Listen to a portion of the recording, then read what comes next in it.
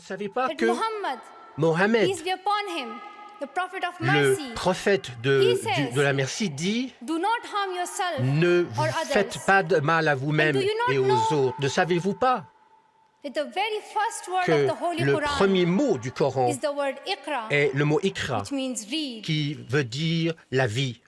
The terrorists Les terroristes tried to stop us. ont essayé de nous And it empêcher. takes me and my friends Ils who are here today. Nous ont attaqués, moi-même et mes amis, lorsque nous étions dans un car scolaire en 2012. But neither their ideas Mais ni leurs idées, nor their bullets ni could win. leurs balles ne pouvaient We vaincre. survived. Nous avons survécu. And since Et that depuis day, ce jour-là, our voices nos voix have grown sont louder devenues de and plus en louder. plus fortes.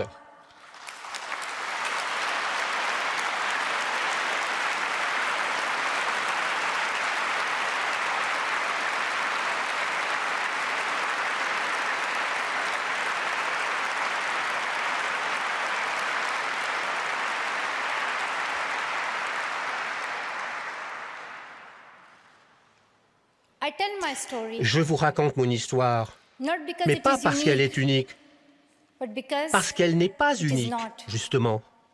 it is the C'est story l'histoire que of vivent many de girls. nombreuses filles. Today, Et aujourd'hui, I tell their je stories raconte too. leurs histoires également. I have brought J'ai with amené me avec moi à Oslo some of my certaines sisters de mes from sœurs Pakistan, du from Pakistan, Nigeria, du Nigeria and from Syria, et de Syrie who share this qui story. partagent ces histoires, qui My ont brave vécu. sisters, Mes sœurs Shazia and courageuses, Kainat, Shazia et who were also shot that day on our school bus. Kainatrias, sur they lesquelles on a have not tiré stopped également dans learning. la vallée du Swat. And my brave Et sister, ma sœur courageuse, Kainat Kainat Somro du Pakistan, who went through qui a subi severe abuse, une violence extreme extrême violence. et des abus violents. Even her brother was Même son killed, frère a été tué, but she mais elle n'a pas did not succumb. succombé. Also, my sisters Et here, il y a également mes sœurs whom I ici, have met during my Malala que Fund j'ai rencontrées campaign. pendant la campagne de financement pour le My fonds Malala. 16-year-old courageous sister, Ma sœur de 16 ans, Mozoon, courageuse, Mezoun, de from Syrie, Syria, who now lives qui in vit Jordan désormais as a en refugee. Jordanie, dans un camp de And she réfugiés. goes Elle va from de tent to tente en tent, tente pour aider les filles et les encouraging garçons girls and boys à to apprendre. learn. And my Et ma sister, sœur Amina, from the north qui of vient du nord Nigeria, du Nigeria, where Boko où Haram Boko Haram threatens menace and stops et girls, kidnappe les and filles even kidnaps girls et veut les empêcher d'aller à just for l'école. wanting to go to school. Though I appear as one Est-ce que girl, j'ai l'air d'être toute seule? though I appear as Une- one girl, Est-ce que je suis seule? one person Une seule personne who is 5 qui foot, mesure 2 1,58 m, inches tall, if you include my y high compris heels, mes talons hauts, soit dit en passant. it means I'm 5 foot only. Je ne mesure qu'1,50 m en fait. I am not a lone Je ne voice. suis pas une voix isolée. I'm not a lone voice. Je ne suis pas une voix I am many. isolée. Je parle au nom de I am beaucoup de Malala. voix. Je suis But Malala. I'm also Shazia. Je suis aussi Shazia. I'm Kainat. Je suis Kainat Riaz. I'm Kainat Je suis Somro. Kainat Somro. I'm Je suis Mozoon. Mezoun. I am Je suis Amina. I am those Je suis ces 66 millions de filles who are qui deprived sont of exclues education. de l'école et de l'éducation.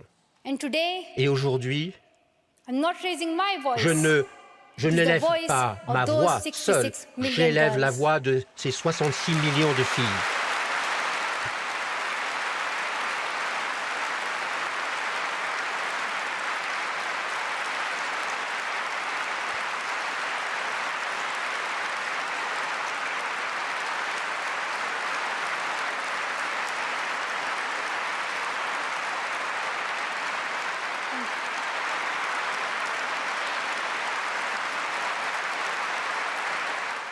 Nous avons créé l'hôpital des Panzi à Bukavu, où je travaille aujourd'hui comme gynécologue obstétricien. La première patiente admise était une victime de viol ayant reçu un coup de feu dans ses organes génitaux. La violence macabre ne connaissait aucune limite. Cette violence, malheureusement, ne s'est jamais arrêtée. Un jour comme les autres, l'hôpital a reçu un appel. Au bout du fil, un collègue en larmes implorait. S'il vous plaît, envoyez-nous rapidement une ambulance. S'il vous plaît, dépêchez-vous. Ainsi, nous avons envoyé une ambulance, comme nous le faisons habituellement. 2 heures plus tard, l'ambulance est revenue. À l'intérieur, une petite fille de juste 18 mois. Elle saignait abondamment et a été immédiatement amenée en salle d'opération. Quand je suis arrivé, les infirmières, toutes en larmes, la vessie du nourrisson, son appareil génital, son rectum étaient gravement endommagés par la pénétration d'un adulte. Nous prions en silence. Mon Dieu, dites-nous que ce que nous voyons n'est pas vrai. Dites-nous que c'est un mauvais rêve. Dites-nous qu'au réveil, tout ira bien. Mais ce n'était pas un mauvais rêve. C'était la réalité. C'est devenu notre nouvelle réalité en République démocratique du Congo. Quand un autre bébé est arrivé, j'ai réalisé que ces problèmes ne pouvaient pas trouver une solution au bloc opératoire, mais qu'il fallait se battre contre les causes profondes de ces atrocités. Je me suis rendu au village de Kavumu pour parler avec les hommes. Pourquoi vous ne protégez pas vos bébés, vos filles et vos femmes? Où sont les autorités dans ces villages? À ma grande surprise, les villageois connaissaient le suspect.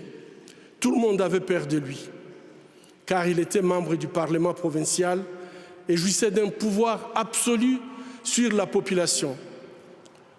Depuis plusieurs mois, sa milice terrorisait le village entier.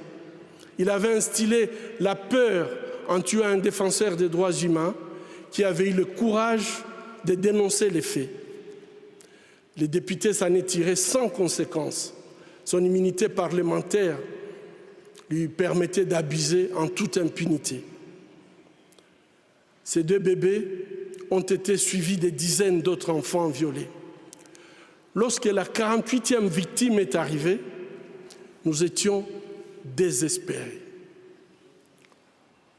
Avec d'autres défenseurs des droits humains, nous avons saisi un tribunal militaire.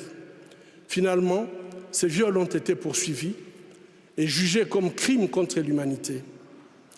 Les viols des bébés à Kavumu ont cessé, les appels à Panzi aussi. Mais l'avenir psychologique, sexuel et génésique de ces bébés est hypothéqué.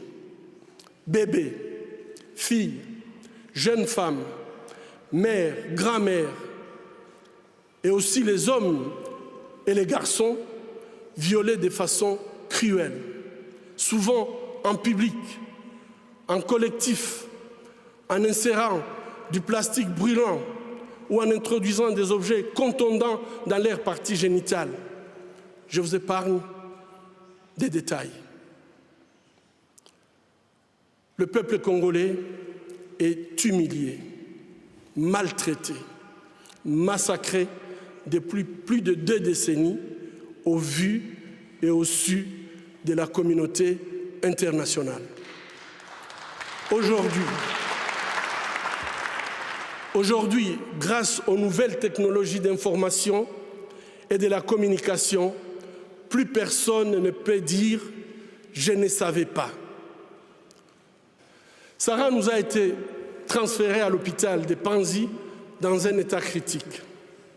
Son village avait été attaqué par un groupe armé qui avait massacré toute sa famille, la laissant seule. Prise en otage, elle a été emmenée en forêt, attachée à un arbre, nue. Tous les jours, Sarah subissait des viols collectifs jusqu'à ce qu'elle perde connaissance. Le but de ces viols, utilisés comme arme de guerre, étant de détruire bien sûr Sarah, mais également sa famille, sa communauté. Bref, tout simplement, détruire les tissus sociaux. À son arrivée à l'hôpital, Sarah ne pouvait ni marcher, ni même tenir debout. et ne pouvait pas retenir ni ses urines, ni ses selles. À cause de la gravité de ses blessures, génito-urinaires et digestives, couplées à une infection surajoutée, personne ne pouvait imaginer qu'elle serait un jour à mesure de se remettre sur ses pieds. Pourtant, chaque jour qui passait, le désir de continuer à vivre brillait dans ses yeux. Chaque jour qui passait, c'était elle qui encourageait le personnel soignant à ne pas perdre espoir. Chaque jour qui passait, Sarah se battait pour sa survie. Aujourd'hui, Sarah, c'est une belle femme, souriante, forte, charmante. Sarah s'est engagée à aider les personnes ayant vécu une histoire semblable à la sienne. Si une femme comme Sarah n'abandonne pas, qui sommes-nous pour le faire? Ceci est bien sûr l'histoire de Sarah. Sarah est congolaise, mais il y a des Sarah en République centrafricaine, en Colombie, en Bosnie, au Myanmar, en Irak et dans bien d'autres pays en conflit dans le monde. Alors, que pouvons-nous faire? Ou bien, que pouvez-vous faire? Premièrement, c'est notre responsabilité à tous d'agir dans ce sens. Et agir, c'est un choix. C'est un choix d'arrêter ou non la violence à l'égard des femmes, de créer ou non une masculinité positive qui promeut l'égalité des sexes en temps de paix comme en temps de guerre.